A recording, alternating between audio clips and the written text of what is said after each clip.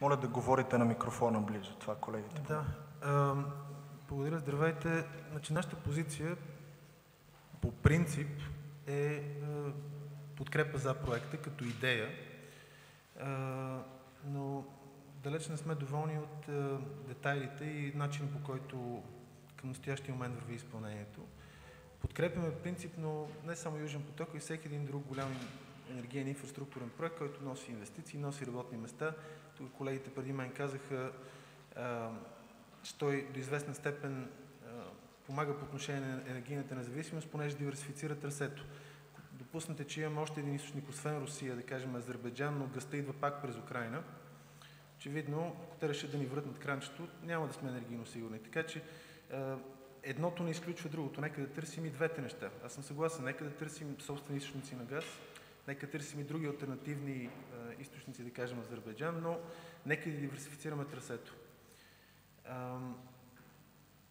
Другото, което следва да се каже, е, че този проект не може и не трябва да бъде реализиран в противоречие с европейските правила.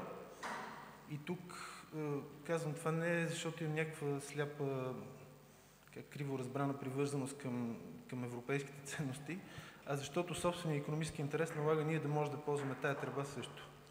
Понеже ако, дай Боже, на даден етап започнем да добиваме газ от собствени източници, говоря за конвенционални, а не шистов газ, такива залежи има, този газ ще трябва да се транспортира. Така че нашия достъп до тръбата трябва да бъде подсигурен.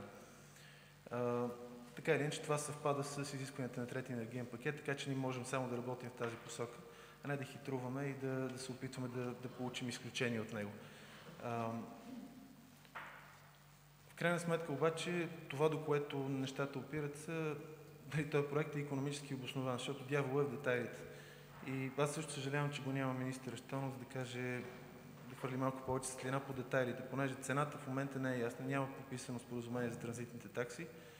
В същото време има подписани споразумения, които ни ангажират финансово, има започнати проектни дейности. Това за мен е необяснимо и неоправдано. В крайна сметка, като теглим черта, трябва да видим какво плащаме и какво получаваме. Цената на самия газопровод също чух най-различни становища. Аз признавам, не съм експерт, тук има експерти да могат да ни осветлят. Ако ще ни излезе през носа двойно и тройно, организирайки проекта, както се опитах в началото на годината, с опорочен търг, при нарочни фирми на двойно и тройно по-висока цена, но това сме абсолютно против и в никакъв случай няма да подкрепим. Бъде организиран прозрачен търг, както казаха и колегите, с достъп на достатъчно конкуриращи си фирми, така че да може да сме сигурни, че ще получим пазарната цена, а не цена, която някой друг е написал на лист хартия, тогава да. Но дявол е в детайлите и надявам се тук лека по лека поне части от този пъзъл да почнем да ги наместваме, защото в крайна сметка като цяло, отново казвам, проекта, ако се изпълни правилно, читаво, ако не бъде по-българен, ще ме извинявате за сравнението, би могъл да бъде много полезен.